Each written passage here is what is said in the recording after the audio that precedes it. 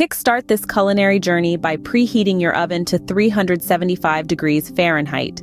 While your oven warms up, lightly grease a baking sheet. Next, it's time to mix the ingredients. Grab a mixing bowl and combine 2 cups of self-rising flour with 1 cup of Greek yogurt. Stir the mixture until it forms a dough. Don't hesitate to use your hands to fully integrate the yogurt with the flour. Feel the dough and let it tell you when it's ready. Take small portions of the dough and roll them into balls. Place these balls on the prepared baking sheet, giving them a little room to expand. Once your rolls are neatly lined up, it's time to bake. Place them in your preheated oven for 15 to 20 minutes. As they bake, they'll turn into a beautiful golden brown color.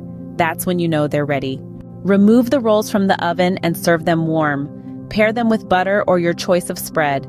Please let me know in the comments below how this recipe turned out for you. As always, the recipe is in the description. Don't forget to subscribe and help Magnolia Moon reach 1,000 subscribers.